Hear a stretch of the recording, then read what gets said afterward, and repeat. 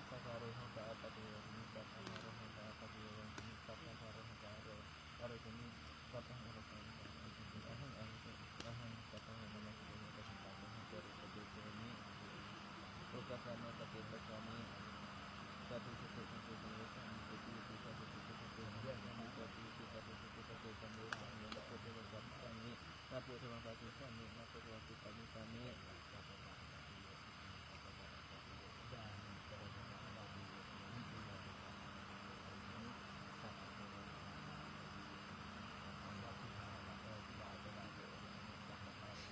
จะหักไป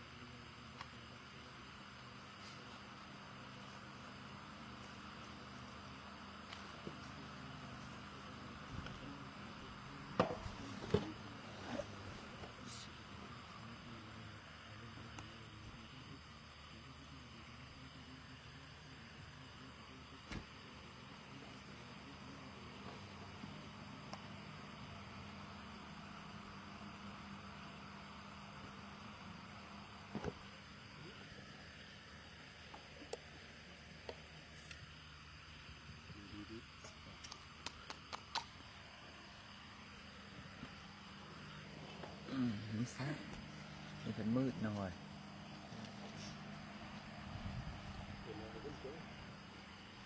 ไฟหน้าอันนี้ก็แจ้งได้อันนี้จึงแจ้งได้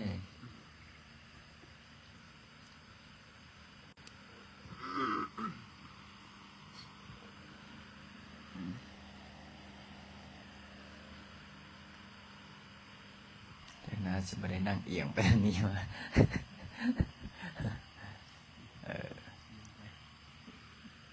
บ่ไล่มาทางนี้นะบ่ไล่มานั่งทางนี้นะ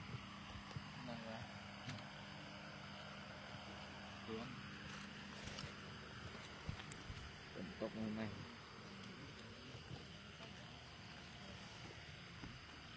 เห็นนะมันดังเห็นนะ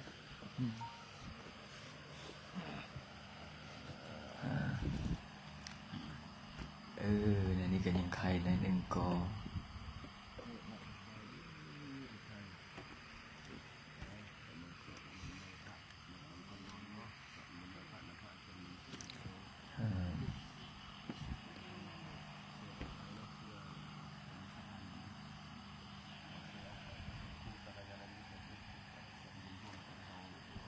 วันนี้ฝนตกมืดมือเนาะฝนตกเปียกมืดจะได้พอขาวพออยู่ได้เนาะเอาสาธุนำเด้อผู้ใดให้โทรหาแม่ผู้ใดให้โทรหาแม่เด็กก็ทำไส้วะเป็นยังไงจึงโทรหาแม่ผ้าขาวเรื่องมันมีวะผมมีผ้าขาววะผู้ใดผ้าขาวสุดเดียวมีปะผู้ใด2 สุดอันผู้ใดมีสุดเดียวเดี๋ยวจึงหาให้ตอนนั้นโมเมนต์ของผู้ใดที่ตัวอาจารย์จับให้จะได้ตัวน้อยพอข่าวน้อยอยู่ได้ยังเนาะอันนนได้บ่อันนนใหญ่อันนนน้อยอันนัดนี่ได้อันนัดนี่ยักดื้ออยากดื้อแทนตัวตรงๆเนาะยักดื้อเนาะแต่ก็อดทนเอาบวชได้อยู่ที่ฮะได้อยู่เนาะเอาจังได้ก็อดทนเอาขอเจริญพรออกตนนั้นโยมใน Facebook หรือว่าทางออนไลน์เนาะมื้อนี้ก็สิมาพาสวดมนต์ก่อนนอนอีกแล้วมื้อนี้ก็ไปเฮ็ดเอกสารเกี่ยวกับวัดไปก็เขาเซ็นให้เสร็จเรียบร้อยเอกสารวัดก็ออกมาเรียบร้อยยังเหลือแต่ตราแบบนี้ยังเหลือแต่เฮ็ดเป็นเอกาวัดจะจำมีเป็นกามีเป็นอย่างเรียบร้อยล่ะและก็สิได้ มือวันที่เก้าวันที่เก้านี่ก็จะมีพิธีเททองล่อพระพุทธรูปแต่ก็ยังบ่แน่ใจว่าคนสิมาน้อยหรือมาหลาย เพราะว่ามันตรงกับมือวันข้าราชการเนาะบ่แม่นมือพักมันตรงกับมือนั้นน่าจะคนกันน่าจะบ่หลายปานใดแต่ก็ยังบ่ทันแน่ใจว่าพอดีว่ามันช่วงเข้าพรรษาใกล้เข้าพรรษาผู้ใดก็บ่อยากเดินทางแต่ก็มาทำใดก็ได้รับสำนั้นแต่ก็มือนั้นก็คือสิหับโยมมืดมือแหละเพราะว่าขออย่างเดียวฝนจะตกแต่ก็กรมอุตุแจ้งว่าวันที่1 หาวันที่5แสดงว่าวันที่6วันที่7วันที่8ฝนบ่ตกวันที่9เนาะวันที่7วันที่8วันที่9ฮอดวันที่10ถ้าเกินวันที่10ไปแล้วตกก็ตกเถอะมันหมดงานคอยสะก่อนถ้าฮอดวันที่10แล้วเอาตกลงไปมืดมื้อมืดคืนก็บ่ยานแต่ก็ตอนนี้ศาลาเฮาก็กำลังเฮ็ดนี่ศาลาฝนตกมายังยันเล็กอยู่ถ้าฝนบ่ตกเนี่ยมื้อนี้เขาขึ้นเสาแล้วแต่มันฝนตกเนี่ยแต่มื้ออื่นมื้อเมื่อคืนนี้ก็ทำท่าบ่ตกได้พระอาจารย์กับพระออกสอนเพชรลงมาเดินจงกรมทีแรกกำลังจุดธูปอธิษฐานสิเดินจงกรมเสร็จเรียบร้อยฝนตกมาไปละไปได้เดี๋ยวสิเป็นวัดก็เลยเข้าไปนั่งอยู่นันท้ายฝนตกจนชั่วโมงกว่าบทยุดตกตัววะขึ้นนอนพอออกมาว่าพอออกมาพอสอนเพชรขึ้นกุฏิพระอาจารย์ไปเดินจงกรมเดินจงกรมตักฝนเดินประมาณชั่วโมงนึงอะฝนก็ยุดตกพอฝนยุดตกก็ขึ้นไปจำวัดประมาณตอนตี 2ตอน2 โมงกลางคืนตี 4หรือว่า5 โมงเช้าก็ตื่นขึ้นมาสวดมนต์ภาวนาตอน5 โมงเช้าพระอาจารย์บุญไลก็มาสวดมนต์แล้วก็6 โมงออกไปกิจนิมนต์6 โมง 7 โมงไปกิจนิมนต์อยู่แถวดอนนูนไปกิจนิมนต์แถวดอนนูนแถวเมืองไซธานีไปคิดฮอดไอ้จั่วน้อยเลย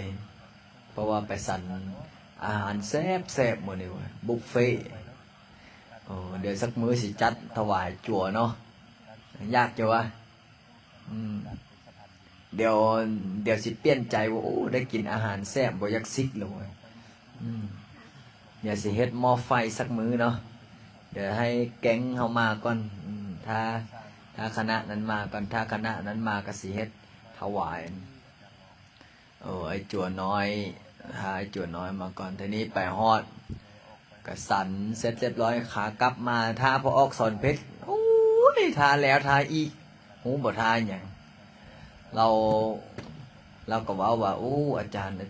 ข้าน้อยลงไปถ่ายรูปทะเบียนรถอาจารย์ก่อนเด้อไปถ่ายรูปทะเบียนรถแล้วก็ไปโพสต์ลงเฟซพอโพสต์ลงเฟซดันทะเบียนรถกับประจัง46ได้ข่าวว่ามีคนโชคดีบ่โชคหลายเจ้าได้มีโชคดีอยู่บ่พระอาจารย์รู้บ่42 นิ้ว42 นิ้วจะก็เลยสูง42 นิ้วออกรู้บ่ว่าออกยัง246ถึกว่าเจ้าถึกบ่ถึก46บ่เลข2นิ้วผู้ที่กับพอได้เนาะ42 นิ้วไปอัดเลข0แล้วว่า246พอได้เจ้ากันเนาะพอได้ค่าน้ำมันรถพอจุกทุนกันยังใครแสดงว่าทะเบียนรถพระอาจารย์นี่แม่นได้เนาะผู้ที่เขาเจ้าผู้ที่เขาเจ้าวันบุญบารมีถึงเนาะเปิดโชคเปิดอะไรเขาเปิดวัสนาเปิด140เราคิดตัวใดเขาเจ้าคิด140ไปอัดเลข0นั่นแหละสุดก้อนกับสีรถอาจารย์ออกอีกมาอื่นนี่ไปหารถเจ้าดีๆรถหาบ่ได้รถไผ่ที่แบบว่าเราไปสีและท่ายลงเฟซพอได้เงินสร้างวัดอยู่พอเขาจีดามาอื่นกันนั่นแหละมาอื่นกันลองเบิ้งนั่งฮับโยมสวดมนต์ภาวนาเสร็จเรียบร้อยก็ไปหารถแล้วก็สีลงเฟซเจ้ากัน ารย์เขาด้วยเนาะมาเดินจมกรมเขามาตึม เมื่อแรงเนาะ เอาเล็กล้าวมือ โอ้ญาติท้อเอาบุญเอากุศลเถอะเอาบุญเอากุศลโอ้อันนี้ก็ตากฝนอะไรก็จีกเนาะเนาะเอาบุญเอากุศลเอา มีเหตุมีปัจจัย จะว่านั่งเดินจงกรมเมื่อคืนนี่เอ้าคิดในใจบอกว่าอยากจะได้หินสัก10 รถอยากได้จากภาพเสร็จเรียบร้อยมื้อนี้แม่ออก1ปัจจังมาบอกว่าอาจารย์อยากได้หินบ่ว่าเสร็จเรียบร้อยก็เอ้ามันตรงกันเป๊ะแต่ก็อยากได้ตัวเนาะจะได้เอามาใส่นี่นะว่าถ้าใส่หินมาให้หมดนี่ฝนตกมากก็ธรรมดา มีสู้กับโอนมาจำนวนนึงแล้ว เนี่ยพระอาจารย์ก็เลยว่าโอ้ถ้าเบิ่งสิก่อนจะเอาหินมาใส่ประมาณอีก10 รถ10 รถนี่ก็ถ้ามีเจ้าภาพก็10 รถเท่าใดล่ะจำบ่ได้ตอนนี้รถละ4.5 ล้าน10 รถก็เท่าใด45 ล้าน10 รถก็45 ล้านก็ยังใครแต่ก็เฮาก็ใส่น้ำมันรถในเขาละเอารถเดี๋ยวสิให้รถคนไปรับเอาเดี๋ยวมื้ออื่นสิโทรประสานเบิ่งมื้อแรงสิโทรประสานเบิ่งยืดไก่บ่เมืองสังทองไก่เติบเนาะไก่เยอะบ่แถวใดบ่บ่อหินนะ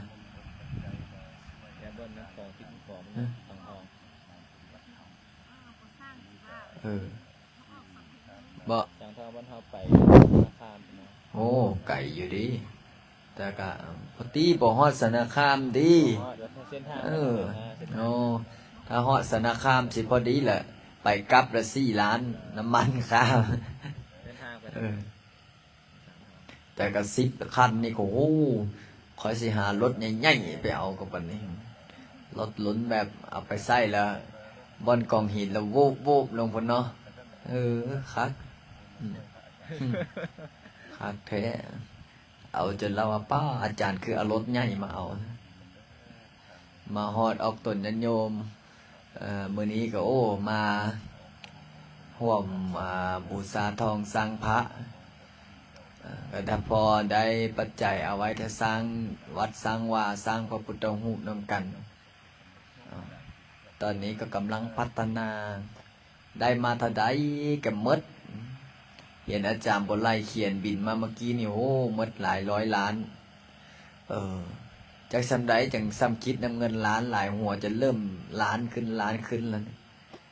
ได้ข่าวว่าบ่ออกสอนเพชรสิเฮ็ดสบู่ปูเฮ็ดสบู่ปลุกผมลองมาใส่เบิ่งหน้าพอหัวบ่ล้านนะ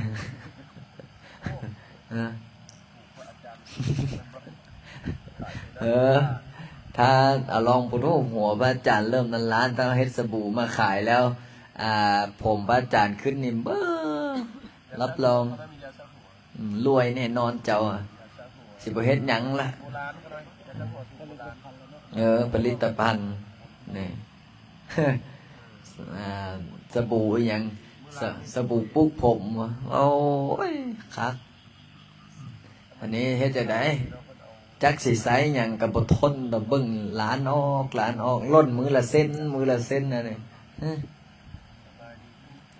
ก็เลยบอกว่าเอ้าตามสังขารตอนนี้จักโมงแล้วเดี๋ยวมื้อนี้สิสวดมนต์แล้วสินั่งสมาธิพิเศษได้มื้อนี้อย่างอีกสักเล็กสักน้อยเบิ่งก่อน9 โมง 10 โมงยันฝนตกได้มื้อนี้หิบสวดหิบหนีเนาะบ่หนีสิฝนฟาดลงมาทั้งหมดเมื่อคืนนี้จะว่านึกในใจว่าสิเอ้าขอเดินจงกรมแข้งฝนเด้อฟาดแห้งลงหัวเอานีละนีแล้วยังเป็นไข้บ่คุ้มเนาะนะพวกออกสนเพชรก็เฮ็ดทำท่าเด้ไปไต่เทียนเลี้ยงไต่ปึ๊บยังบ่ทันนั้นสัมพันธ์ฮอดนาทีซ้ำฝนฟาดหวาดลงมานะก็เลยบอกว่าถ้าภาษาบ้านเฮาก็เลยค้างมอยังบ่ทันได้อันนั้นซ้ำเนาะหนีก่อนเพิ่นก็เลยบอกโอ้แต่มื้ออื่นนี้สิให้พ่อข่าวใหญ่เฮาจอดเล็กเฮ็ดให้บ่อนไอ้จั่วหรือว่าปลูกพื้นเป็นบ่ปลูกกระเบื้องกะโล เนาะผู้ใดได้ปูกะโลเป็นนะผู้ปาน้อยเป็นบ่สร้างกะโลได้ยังตีเฮาบักกุ้งได้ยังเนาะแล้วไอ้ยังพ่อสินเด้โอ้ซอยแห้งเนาะผสมปูนนะบอกฟองเราเป็นอยู่พอกสันเพชรเป็นบ่ปูกับกะโลเป็นผู้อันบ่แม่นว่าจืดซ้ายจืดขวาปานว่างูลอยน้ำนี่บ่ได้บ่ ตามเหตุตามปัจจัย เนาะพระอาจารย์บ่ไล่ได้ปูเป็นอยู่ติสร้างแม่นมันจะปูกะโลมันจะนอนง่ายเนาะอันนั้นคิดฟุ้นขึ้นบึ้ยอันนี้ยังธรรมดาได้ถ้าเบิ่งแม่จั่วน้อยมาน่ะเจ้าเอ้ยจักมาม่าปลากระป๋องขวดนอกขวดนมบัดนี้สิห้ามเอาของไปกินอยู่ให้เฮานี่สิเฮ็ดเดี๋ยวบ่อนหลังคาวันนี้สิเอาตู้เย็นมาใส่เอาตู้เย็นมาใส่เฮ็ดเป็นบ่อนสั่นน้ำปะนะแต่พระอาจารย์ย่านแต่แนวเดียวเอาเข้าปุ๊บคิดว่ายังบ่ทันเย็นดอกจั่วหลายปานนี้สิเอาเข้าปุ๊บจุนึงมาทาจอบกินปั๊บซื้อตู้แช่ใหญ่ๆมาตอนพระอาจารย์ไปเฮียนอยู่กรุงเทพโอ้จั่วเป็น100 200พ่อครัวเอาเข้ายังพอแต่ว่าหูแต่ว่ายังถ้าภาษาบ้านเฮายังบอกว่ายังพอแต่ว่าได้เข้าตู้เย็นเท่านั้นแหละเอาเข้าปุ๊บไอ้จั่วห้องปั๊บนี่อันนี้ก็ย่านคือในนี่แหละแตกเพิ่มบ่ท่านมีไผให้ตี้หมู่ให้ยักเข้ายังบ่ท่านมีติยังเนาะผู้ใดให้คิดฮอดแม่ผู้ใดล่ะโอ้ใหญ่บัดนั้นยังคิดฮอดแม่วะมีแต่นักเลงนะให้คิดฮอดแม่โอ้นักเลงคิดฮอดแม่ตอนอยู่นอกกันบ่ยอมเข้าเฮือนมันก็อยู่วัดให้คิดฮอดแม่ตอนอยู่นอกบ่คิดฮอดเลยนี่ตกลงว่าตัดสินใจหรือยังสิบวช7 มื้อหรือสิบวช3 เดือน3 เดือนฮะตัดสินใจได้หรือยัง7 มื้อเอาได้จักมื้อละอันนี้3 มื้อยังอีกจักมื้อ4 มื้อก็ได้ซิกเนาะหวายยังบ่ทันได้บวชเรื่องสำเร็จเหได้ซิกก่อนบวชเอาจังได้ก็ย่าให้อดทนเอาอดทนเอาพระอาจารย์คือพระอาจารย์บอกเลยว่าตอนพระอาจารย์บวชนี่บอกเป็นอันนี้เด้อดื้อกว่านี้บ่ดื้อจังได๋เดี๋ยวคิดเบิ่งแม่กกไม้สูงบ่สูงกับขึ้นได้เด็กน้อยเนาะตอนนั้นบวชน้อยอยู่คนละวัดกับพระอาจารย์บ่ไล่เด้บ่ได้อยู่นำกันได้พระอาจารย์บ่ไล่ก็ไปไถนามาใหม่ๆแล้วรถไถคิดข้างนี่ข้างกระไตใหญ่ไปปากจนเบี้ยวที่แควแง่ๆเลยโอ้อันนี้ที่แควแง่ๆนี่บ่แม่นหยังทึกข้างทึกไอ้กามรถไถเลยมาก็เลยได้บวชตอนยังน้อยจ้อยๆผอมๆได้โอ้ยอันนี้ยังตุ้ยกว่านี่จ้อยๆน้อยๆผอมๆภาษาบ้านเฮาน้ำบ่อาบก็เลยบอกก็เลยพระอาจารย์ก็เลยเอามาบวชพอนี้มาบวชมาบวชได้ประมาณพรรษานึงนี่แหละพรรษาหรือ2-3 เดือนนี่บ่พระอาจารย์ก็เอาไปพุ่นเอาไปขมวดพุ่นแขวงขมวดเอาไปปะอยู่วัดป้าเอาไปปะผู้เดียวเฮ้ยยุ่งกับยุ่งเด้คืออีหยังนี่บัดมุ้งก็บ่มีอีหยังก็บ่มีเงินจ้างค่ารถก็บ่มีเฮ็ดจังได๋เนาะน้อยซำนี้แหละเอาไปปะให้แหละโทรศัพท์ก็บ่มีเฮ็ดจังได๋ล่ะบัดนี้มาฮับแล้วมองฮับดอยยุ่งคือแมงวันต่อมขี้เนี่ยให้ล่ะเจ้าคิดบ้างแม่ยุ่งหลายนะอาจารย์ก็เลยบอกว่ามาอิงแล้วคนอยากมาเนาะคือเจ้าอยากซิกอะไรจะหาวิธีแล้วนั่งรถสารตั้งแต่พวกอะไรท่าบกพวกอะไรย่างออกมาแล้วอยากมาเด้อยากมาเสร็จเรียบร้อยนั่งรถ3-4 ต่อมาฮอดวัดหนองปองมาอยู่วัดหนองปองหนูอยู่วัดหนองปองสบายก็ตอนเช้าตื่นเช้ามาก็ได้สั่นเช้าสั่นเพนตุยขึ้นตอนนี้เริ่มออกทางข้างอะไรตอนนี้เนาะบอกคือพระอาจารย์ละผอมลง ผอมลงเพราะว่าอย่างยันอ้วนหลายยันเบาหวานก็เลยเอาซ้ำนี้แหละเพราะว่าพระอาจารย์นี่ผอมตั้งแต่บวชได้แต่นั้นก็เขาเอิ้นว่ารักษาหุ้นรักษาหุ้นก็เลยออกตนญาติโยมโอ้โหอาจารย์บุญไล่ขึ้นตุยขึ้นพระอาจารย์บุญเนี่ยคือน้อยลงเขาเอิ้นว่าคนนานเท่านี่แหละกันเพราะฉะนั้นละไอ้จั่วเนพอข่าวเนาะให้อดทนสรุปจดแจ็คสิจำพรรษากับพระอาจารย์บริจะได้ถ้าฟังลูกพี่โอ้ยังบ่ทันมาแต่เรียนอยู่โอ้เอาอันนั้นก็ย่าให้อดทนเอาผู้ใดก็ได้สวดมนต์เดี๋ยวผู้ละให้ไอ้จั่วมาผู้ละจะแต่งตั้งผู้ใดเพชรหยังเฮ็ดหยังนอนได้อยู่เนาะคุ้มหมดกันอยู่บ่ว่าเนาะเฮาสิใส่เป็นมุ้งใหญ่ๆเลยบ่หรือเซ่แต่หรือมุ้งไผมุ้งบางนั่นล่ะหอนอยู่ติหรือจังได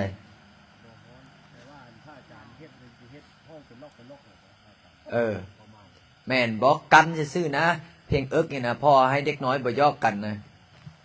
แต่หอนเอาเนาะเฮ็ดจะได้แล้วบัดนี้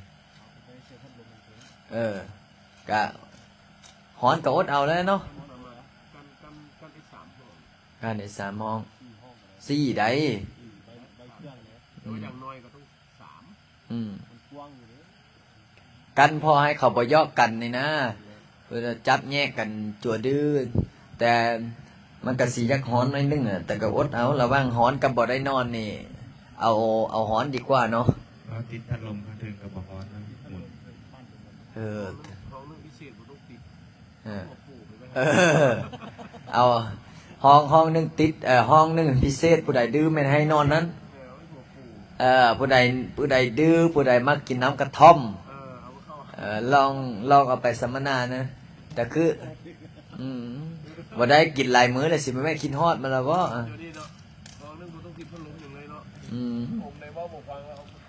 น่ะเราเบิ่งแม่ไม่สิให้ซิกให้อย่างเดียวบ่พอแล้วขอยานว่าออกจากห้องมาแล้วย่างมาหาพระแล้วเมื่อได้เนาะสวดมนต์ห้องบัดนี้ได้เวลาแล้วมื้อนี้เอาจักจบมื้อนี้30จบก็พอแล้วเนาะเมื่อยแล้วว่ามื้อนี้นะบ่เมื่อยติโอ้คนเล็กมัดมือว่าซั่นเอาไปสวด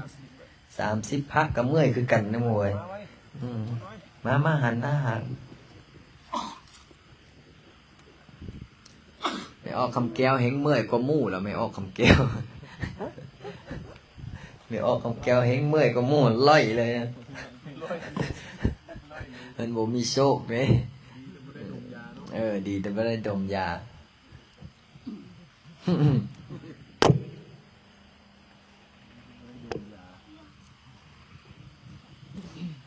ตั้งจิตตั้งใจเด้อสวดคาถาเงินล้าน30จบ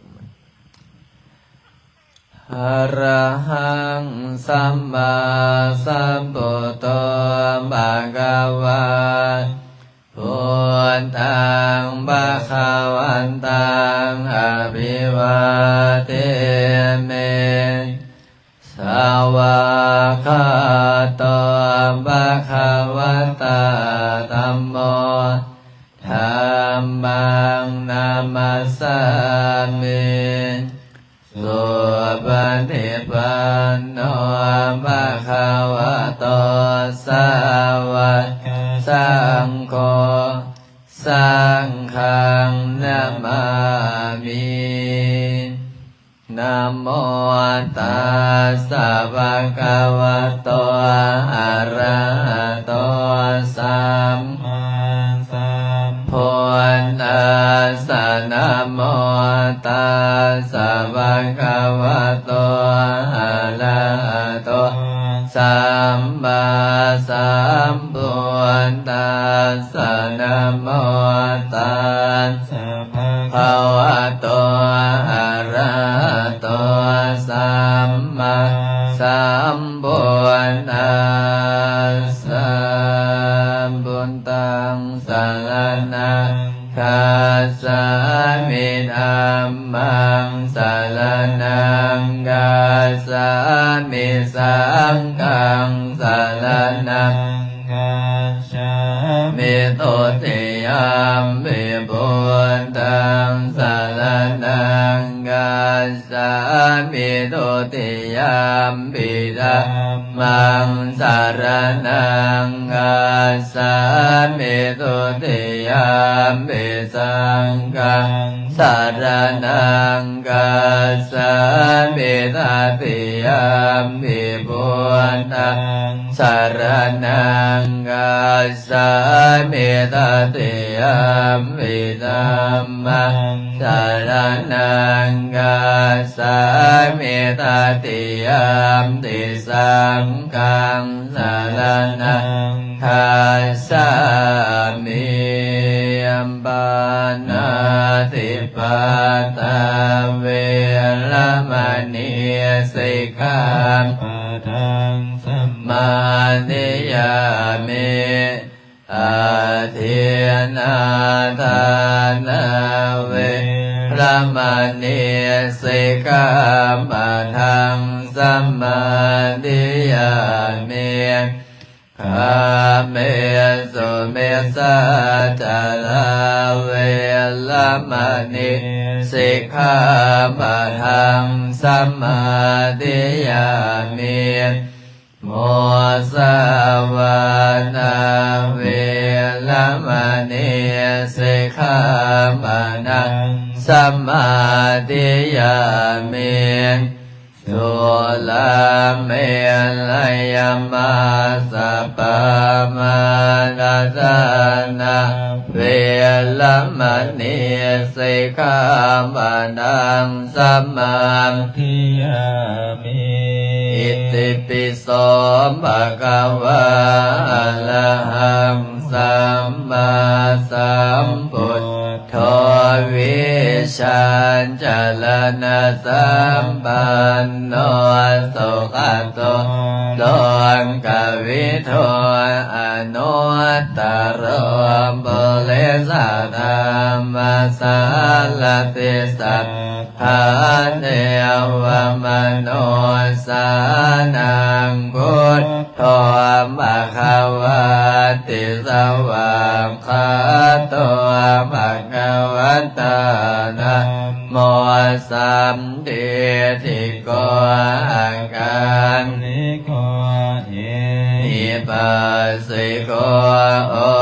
ปัญญิโกปัจจตังเวริตาปุวิญโยเยติโสปันนิพพานโนภะคะวะโตสาวกสังโฆอุชุปฏิปันโนภะคะวะโตสาวกสังโฆญาญังปฏิปันโนภะคะวะโตสาวกสังโฆสัมมิจิปฏิปันโนภะคะวะโตสาวกสังโฆยันติรังจัตตาริปุริสยุคานิอันตัมปุริสัมบุกัลลาเอนสัพพะคะวะโตสาวกสังโฆวุนัยโยมบาวุนัยโยนังหินายโยอัญชลิงอลนิโยอนุตตลังบุญยังอิตังโลกันสัตติสัมปติสามินาทัสสิโมโมมาจามหาเทวาสัพเพคาปะรายันติโมมาจามหาเทวาอภิลามาภวันตุเมมหาปุญโญมาราโภภวันตุเมมิเตมะโหอติพุทธมะอุณโมปนายาวิลาทายโยเวลโคนายังวิลาอิงสาวิลานาสีวิลาทาสาวิระโย พุทธัสสะมานิมามาพุทธัสสะตะวะโหมสัมปติชามิเพ่งเพ่งบามาเรือเรือสัมปจิชามินาทันสิโมบมาจะมหาเทวาสัพเพยังคาภรายติบมาชมหาเทวาปิลาบาภวันตุเมมหาปุญโยมหาราโภภวันตุเมมิเทวะโหติพุทธามะอุณโมพุทธายะวิลานายโยวิลโกนายังวิลาอิงสาวิลาตาสีวิลานาสาวิลาอิติโยมุนาจามามิมามาบุญาสัตวะโหมสัมปติชามิเพ่งเพ่งพาบาเรือเรือสัมปติชามินาทันสิโมบมาจะมหาเทวาสัพเพปะรายันติบมาจะมหาเทวาปิลาภาภวันตุเมมหาปุญโยมหาลาโภภวันตุเมมิเตภะโหติพุทธามะโอนะโมพุทธายะวิลานายโยวิลโกนายังวิลาอิงสาวิลาลาเสวิลานาสาวิราอิติโยบุรัสสะมานิพุทธัสสะสวะโหมสัมปติชามิเบ่งเบ่งบาบาเรือเรือสัมปจิชามินาทัสสิโมภมาจะมหาเทวาสัพเพยาคาปะรายันติภมาจะมหาเทวาภิลาภาภวันตุเมมหาปุญโยมหาราโภภวันตุเมมิเตภะโหติพุทธัสสะโอนะโมพุทธายะวิลานายโยวิลโกนายังวิลาอิงสาวิลาทาสีวิลาทาสาวิลาอิติโยพุทธัสสะมานิมามาพุทธัสสะสวะโหมสัมปติชามิเพ่งเพ่งมาภาเรือเรือสัมปจิชามินาทันติโมภมาจะมหาเทวาสัพเพปะรายันติภมาจะมหาเทวาปิลาภาภวันตุเมมหาปุญโยมหาราโภภวันตุเมมิเตภะโหติพุทธามะโอนะโมพุทธายะวิลานายโยวิลโกนายังวิราอิงสาวิลานาเสวิลานาสาวิลาอิติโยบุญาสัมมานิมามาบุญาสัสวะโหมสัมปติชามิเพ่งเพ่งพาภาเลือเลือสัมปจิชามินาทันสิโมภมาจะมหาเทวาสัพเพยะคาปะรายันติภมาจะมหาเทวาภิลาภาภวันตุเมมหาปุญโยมหาราโภภวันตุเมมิเตภะโหติพุทธามะโอนะโมพุทธายะวิลาทายโยวิลโกนายังวิลาอิงสาวิลานาเสวิลานาสาวิลาอิติโยพุทธัสสะมานิมามาพุทธัสสะสวะโหมสัมปติชามิเพ่งเพ่งมาภาเรือเรือสัมปติชามินาสังสิโมภมาจะมหาเทวาสัพเพยะคาปะรายันติภมาจะมหาเทวาภิลาภาภวันตุเมมหาปุญโยมหาราโภภวันตุเมมิเตภะโหติพุทธามะอุนะโมพุทธายะวิลานายโยวิลโกนายังวิลาอิงสาวิลาทาสีวิลานาสาวิราอิติโยพุทธัสสะมานิมาบาพุทธัสสะสวะโหมสัมปติชามิเพ่งเพ่งมาภาเลือเลือสัมปติชามินาทังสิโมภ พรหมาจะมหาเทวาสัพเพยัคฆาปะระยันติพรหมาจะมหาเทวาอภิลาภาภวันตุเมมะพุญโยมหาราโภภวันตุเมมิเทวะโอวาติพุทธมะอุนะโมพุทธายะวิลานาโยวิลโคนายังวิรายิงสาวิลานาสีวิลานาสาวิราอิทิโยภราสามานิมามาปุตตาสะสวะโหมสัมปติชามิเพ่งเพ่งปะปะเรือเรือสัมปจิสามินาสังติโมปมาจะมหาเทวาตาเปยัคฆาปะรายันติพรหมาจะมหาเทวาอภิลาภาภวันตุเมมหาปุญโยมหาราโภภวันตุเมมิเทวะโอวาติพุทธมะโอนะโมพุทธายะวิลานาโยวิลโคนายังวิลาอิงสาวิลานาสีวิลานาสาวิลาอิติโยพุทธัสสะมานิมามาพุทธัสสะสวะโหมสัมปติสามิเพ่งเพ่งมาปะเรือเรือสัมปจิชามินาสันสิโมภมมาจะมหาเทวาสัพเพยัคฆาปะรายันติพรหมาจะมหาเทวาปิลาภาภวันตุเมมหาปุญโย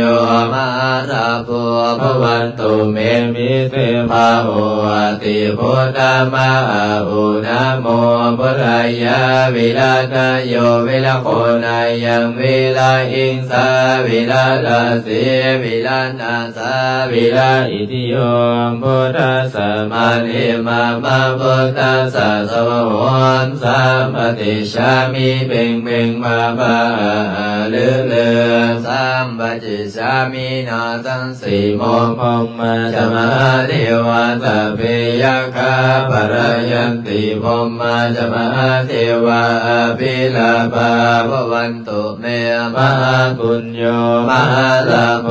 ภวันตุเมมิเทวะโอวาติพุทธมะอุนะโมพุทธายะวิลานาโยวิลโคนายังวิลาอิงสาวิลานาสีวิลานาสาวิลาอิทิโยพุทธัสสะมานิมามาพุทธัสสะสวะโหมสัมปติชามิเพ่งเพ่งปะปะ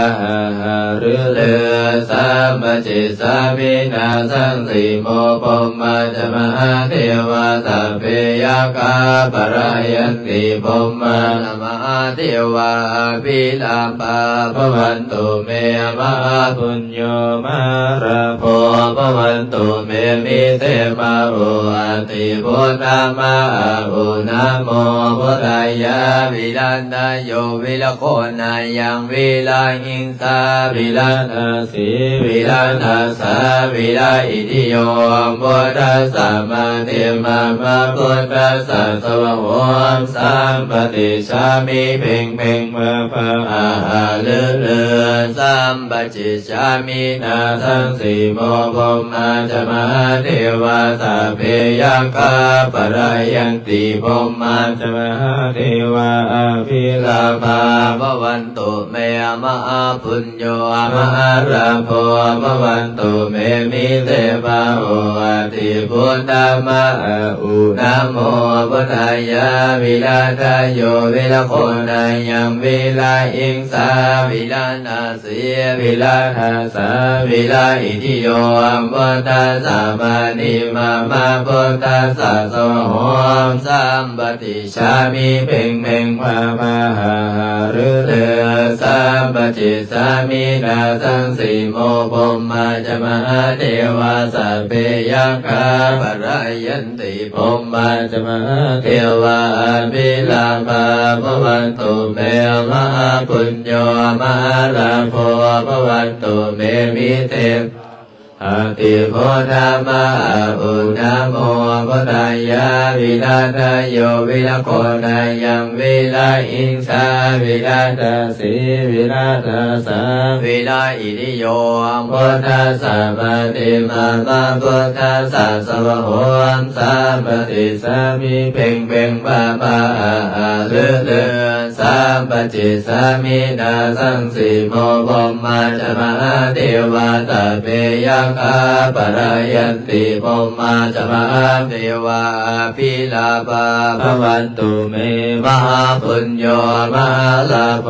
ภวันตุเมมิเตภะโออาติพุทธามะอุนะโมพุทธายะวิราชโยวิรโคนายังวิราอิงสาวิราชสีวิราชสาวิราอิติโยพุทธัสสะมานิมามาพุทธัสสะสวะโหมสามปฏิสามิเพ่งเพ่งมามาเรือเรือสามปฏิสามินาสังสีโมบมาจมาเทวาตาเปยกาปะรายันติโมมาจมาเทวาภิลาภาภวันตุเมมหาปุญโญมหาลาภภวันตุเมมิเตภะโออาติพุทธามะอุนะโมพุทธายะวิราชโยวิรโคนายังวิลาอิงสาวิราชสีวิราชสาวิราอิติโยพุทธัสสะมานิมามาพุทธัสสะสวะโหมสามปฏิชามิเพ่งเพ่งภาภาเรือเรือสามปฏิสามินาสังสีโมปมาจมาเทวาตาเปยคาปะรายันติปมาจมาเทวาภิลาภาภวันตุเมมหาปุญโญมหาลาภภวันตุเมมิเตภะโออาติพุทธามะอุนะโมพุทธายะวิราชโยวิรโคนายังวิราอิงสาวิราชสีวิราชสาวิราอิติโยพุทธัสสะมานิมามาพุทธัสสะสวะโหมสามปฏิสามิเพ่งเพ่งบาบาเรือเรือสามปฏิสามินาสังสีโมบมาจมาเทวาตาเปยกาปะรายันติโมมาจมาเทวาภิลาภาภวันตุเมมหาปุญโญมหาลาภภวันตุเมมิเตภะโออาติพุทธามะอุนะโมพุทธายะวิราชโยวิรโคนายังวิราอิงสาวิราชสีวิราชสาวิราอิติโยพุทธัสสะมานิมามาพุทธัสสะสวะโหมสามปฏิสามิเพ่งเพ่งมามาเรือเรือสามปฏิสามินาสังสีโมปมาจมาเทวาตาเปยกาปะรายันติโมมาจมาเทวาภิลาภาภวันตุเมมหาปุญโญมหาลาภภวันตุเมมิเตภะโออาติพุทธามะอุนะโมพุทธายะวิราชโยวิรโคนายังวิลาอิงสาวิราชสีวิราชสาวิราอิทิโยพุทธัสสะมานิมามาพุทธัสสะสวะโหมสามปฏิสามิเพ่งเพ่งมามาเลือเลือสามปฏิสามินาสังสีโมปมาจมาเทวาสะเปยคาปะรายันติปมาจมาเทวาภิลาภาภวันตุเมมหาปุญโญมหาลาภภวันตุเมมิเตภะโออาติพุทธามะอุนะโมพุทธายะวิราชโยวิรโคนายังวิราอิงสาวิราชสีวิราชสาวิราอิติโยพุทธัสสะมานิมามาพุทธัสสะสวะโหมสามปฏิสามิเพ่งเพ่งมาภาเ ฤเรสัมปติสามินาสังสีโมภมมาจมหาเทวาสัพเพยะคาปรายันติภมมาจมหาเทวาอภิลาภาภวันตุเมมหาปุญโญมหาลาภภวันตุเมมิเตภาโออาติพุทธภาอุณโมพุทธายาวิลานาโยเวโคนายังวิลาอิงสาวิลาทาสีวิลาทาสาวิลาอิติโยพุทธสัมมาทิมามาพุทธสัสวะโหมสัมปติสามิเพ่งเพ่งวาภาเลือเลือสัมปติสามินาสังสีโมภมมาจมหาเทวาสัพเพยะคาปรายันติภมมาจมหาเทวาอภิลาภาภวันตุเมมหาปุญโญมหาลาภภวันตุเมมิเทภาโหติพุทธมะอุณโมพุทธายาวิลาทายโยวิรโคนายังวิลาอิงสาวิลาทาเสวิลาทาสาวิลาอิติโยพุทธสัมมานิมามาพุทธสัสวะโหมสัมปติชามิเพ่งเพ่งบาภาหรือเดือสัมปติสามินาสังสีโมภมมาจมหาเทวาสัพเพยะคาปรายันติภมมาจมหาเทวาภิลาภาภวันตุเมมหาปุญโญมหาลาภภวันตุเมมิเตพุทธมะอุณโมพุทธายาวิลาทายโยวิลโคนายังวิลาอิงสาวิลาทาสีวิลาทาสาวิลาอิติโยปุทธสัมมานิมามาพุทธสัสวะโหมสัมปติสามิเพ่งเพ่งภาภาเลือเลือสัมปติสามินาสังสีโมภมมาจมหาเทวาสัพเพยะคาปรายันติภมมาจมหาเทวาอภิลาภาภวันตุเมมหาปุญโญมหาลาภภวันตุเมมิเทภาโหติพุทธมะ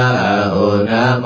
พุทธายาวิลาทายโยวิลโคนายังวิลาอิงสาวิลาทาสีวิลาทาสาวิลาอิทิโยพุทธสัมมาทิมามาพุทธสัสวะโหมสัมปติชามิเพ่งเพ่งมาภาหรือเรือสัมปติสามินาสังสีโมภมมาจมหาเทวาสัพเพยะคาปรายันติภมมาจมหาเทวาอภิลาภาภวันตุเมมหาปุญโญมหาราโภภวันตุเมมิเตภาโหติพุทธมะอุณโมพุทธายาวิลาทายโยวิลโคนายังวิลาอิงสาวิลาทาสีวิลาทาสาวิลาอิติโยพุทธสัมมาทิมามาพุทธสัสวะโหมสัมปติชามิเพ่งเพ่งภาภาเลือเลือสัมปติสามินาสังสีโมภมมาจมหาเทวาสัพเพยะคาปรายันติภมมาจมหาเทวาอภิลาภาภวันตุเมมหาปุญโญมหาลาภภวันตุเมมิเตภาโหติพุทธมะอุณโมพุทธายาวิลาทายโยวิลโคนายังวิลาอิงสาวิลาทาสีวิลาทาสาวิลาอิติโยพุทธสัมมานิมามาพุทธสัสวะโหมสัมปติชามิเพ่งเพ่งบาภาเลือเลือสัมปติสามินาสังสีโมภมมาจมหาเทวาสัพเพยะคาปรายันติภมมาจมหาเทวาอภิลาภาภวันตุเมมหาปุญโญมหาราโภภวันตุเมมิเทภาโหติพุทธมะอุณโมพุทธายาวิลาทายโยวิลโคนายังวิลาอิงสาวิลาทาสีวิ ลาทัสสะวิลาอิทิโยพุทธัสสะมานิมาพุทธัสสะสวะโหมสัมปติชามิเพ่งเพ่งมาอาหาเลือสัมปติสามินาสันสีโมภมมาจะมาเทวาสัพเพยกาปรายยันติภมมาจะมาเทวาภิลาภาภวันตุเมมะปุญโยมะลาโภภวันตุเมมิเตปะโออติพุทธมะอุณโมพุทธายาวิลันตโยวิลโคนายังวิลาอิงสาวิลาทัสเสวิลาทัสสะวิลาอิทิโยพุทธัสสะมานิมาพุทธัสสะสวะโหมสัมปติชามิเพ่งเพ่งปาปาลือสัมปติสามินาสันสีโมภมมาจะมาเทวาสัพเพยกาปรายยันติภมมาจะมาเทวาภิลาภาภวันตุเมมะปุญโยมะลาโภภวันตุเมมิเตมะโหติพุทธมะอุณโมพุทธายาวิลาตโยวิลโคนายังวิลาอิงสาวิลาทัสเสวิลาทัสสะวิลาอิทิโยพุทธัสสะมานิมาพุทธัสสะสวะโหมสัมปติสามิเพ่งเพ่งมาเรือสัมปติสามินาสันสีโมภมมาจะมาเทวาสัพเพยกาปรายยันติภมมาจะมาเทวาภิลาภาภวันตุเมมะปุญโยมะลาโภภวันตุเมมิเตภะโหอติพุทธมะอุณโมพุทธายาวิลาทโยวิลโคนายังวิลาอิงสาวิลาทัสสีวิลาทัสสะวิลาอิทิโยพุทธัสสะมานิมาพุทธัสสะสวะโหมสัมปติชามิเพ่งเพ่งมาเรือสัมปติสามินาสันสีโมภมมาจะมาเทวาสัพเพยกาปรายยันติภมมาจะมาเทวาภิลาภาภวันตุเมมะปุญโยมะราโภภวันตุเมมิเตภะโหติพุทธมะอุณโมพุทธายาวิลันตโยวิลโคนายังวิลาอิงสาวิลาทัสสีวิลาทัสสะวิลาอิทิโยพุทธัสสะมานิมาพุทธัสสะสวะโหมสัมปติชามิเพ่งเพ่งปาปาเรือสัมปติชามินาสันสีโมภมมาจะมาเทวาสัพเพยคาปรายยันติพรหมาจะมาเทวาอภิลาภาภวันตุเมมะปุญโยมะราโภภวันตุเมมิเต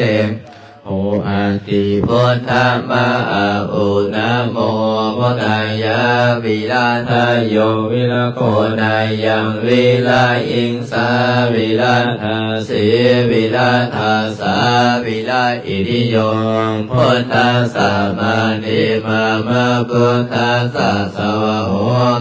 สัมปติชามิเพ่งเพ่งมาภาเลือข้าพเจ้าระลึกถึงคุณพระพุทธเจ้าคุณพระธรรมคุณพระสงฆ์คุณบิดามารดาครูบาอาจารย์จงมาดลบันดาลให้ใจของข้าพเจ้าจงรวมลงเป็นสมาธิพุทโธธัมโมสังโฆพุทโธธัมโมสังโฆพุทโธธัมโมสังโฆพุทโธพุทโธพุทโธ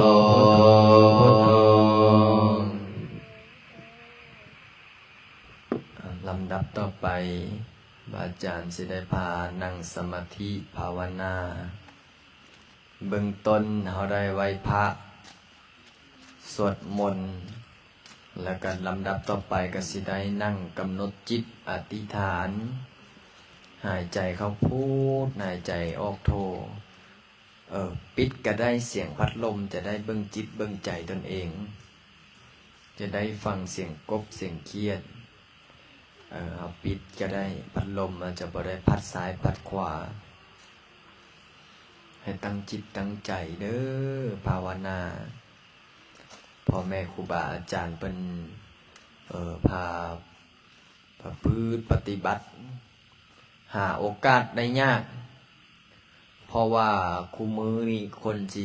นั่งสมาธิคนสิสวดมนต์คนที่ภาวนาหาได้ยาก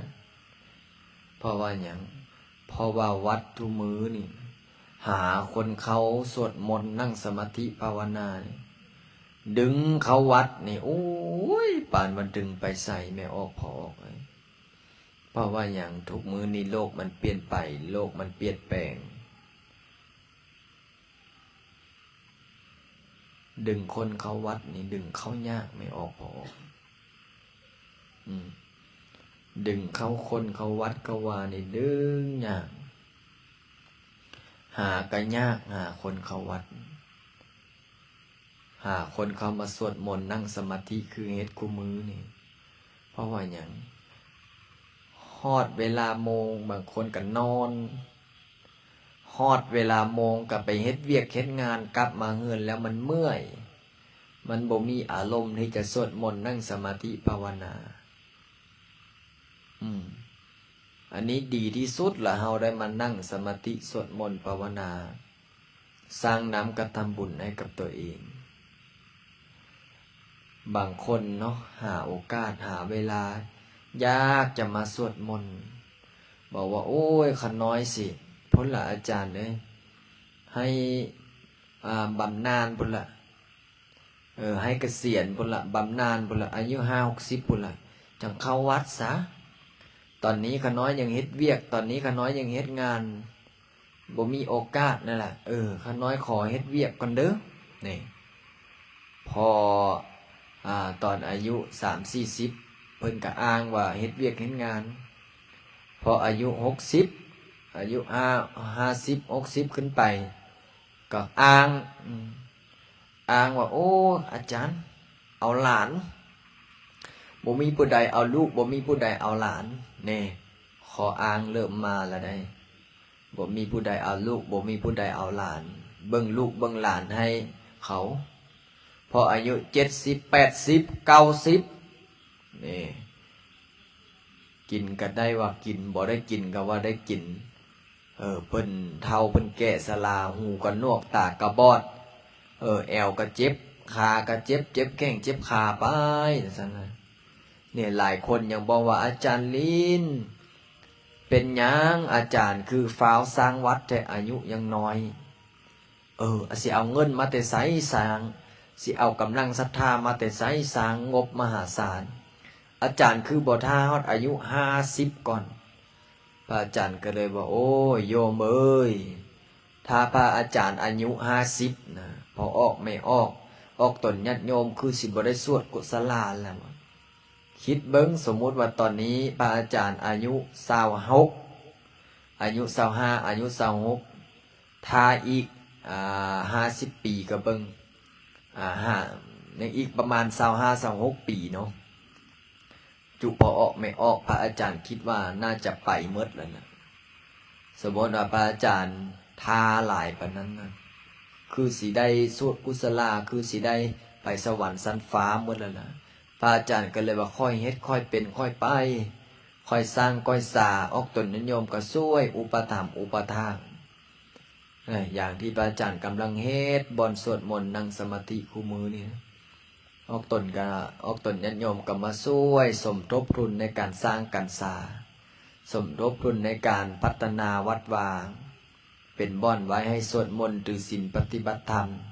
เป็นที่พึ่งทางจิตทางใจตอนนี้ก็กำลังสิเฮ็ดห้องน้ำใกล้จะเสร็จแล้วนะพระอาจารย์คิดว่าห้องน้ำของพระอาจารย์นี่นะใส่งบประมาณ1,000,000 บาทหรือว่า1,000,000 กว่าบาทเพราะว่าอย่างเฮ็ดห้องน้ำดีที่สุดเลย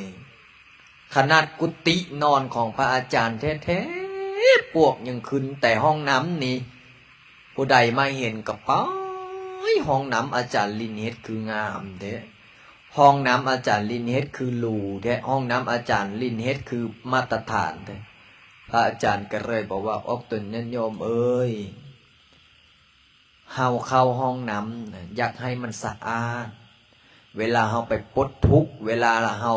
อันนั้นนี่เฮาก็อยากให้มันหมดทุกข์หมดโศกหมดโรคหมดภัยเข้าไปแล้วสะอาดหูสะอาดตา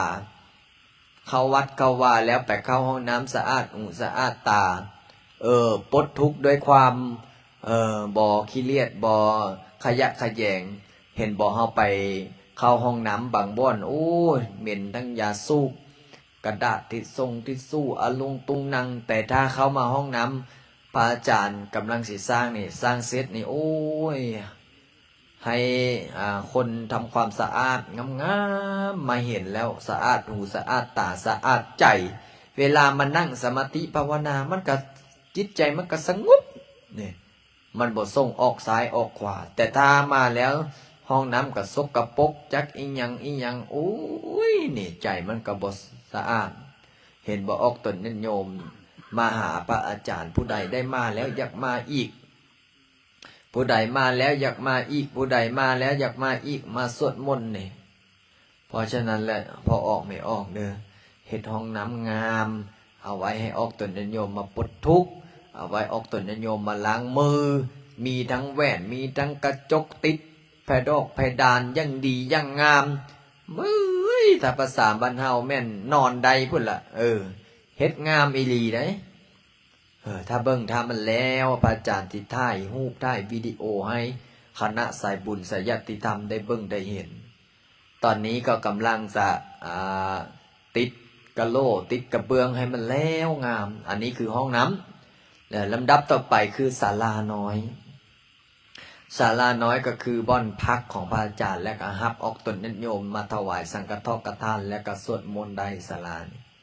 ตอนนี้ก็กำลังขึ้นศอกขึ้นเสาจอดโครงลงโครงเล็กจอดงามๆเฮ็ดแบบทรงหลวงพระบางอันนั้นก็ใช้งบประมาณ2 ล้านบาทก็ค่อยเฮ็ดค่อยเป็นค่อยไปแล้วปีใดก็เอาปีนั้นก็ค่อยเฮ็ดไปกันเบิ่งตามสภาพและก็ยังกำลังสิเฮ็ดสร้างพระพุทธรูปในตอนนี้ก็รวบรวมทองได้ประมาณโตนกว่าแล้วตอนนี้นะได้ทองประมาณโตนกว่าหรือตันกว่าแล้วก็จะได้6 รวมจนฮอด2 ตัน 5เนาะก็ยังอีกประมาณตันกว่าก็รวบรวมไปทีละเล็กทีละน้อยแล้วก็ทองคำตอนนี้มีเจ้าภาพแล้ว2 บาทมีเจ้าภาพมาแล้ว2 บาทยังอีก7 บาทเนี่ยก็ค่อยเฮ็ดค่อยเป็นค่อยไปจนฮอดมือพุ่นล่ะพระอาจารย์ก็คิดว่าสิได้อยู่ตามกำลังศรัทธานั่นล่ะได้เท่าใดก็เอาเท่านั้นอันนี้คือพระพุทธรูปก็จะมีพิธีล่อมือวันที่9 เดือน 7เนาะก็เวลาบ่าย 3แต่ก็ผู้ใดอยากจะมาออกโรงทานเด้อ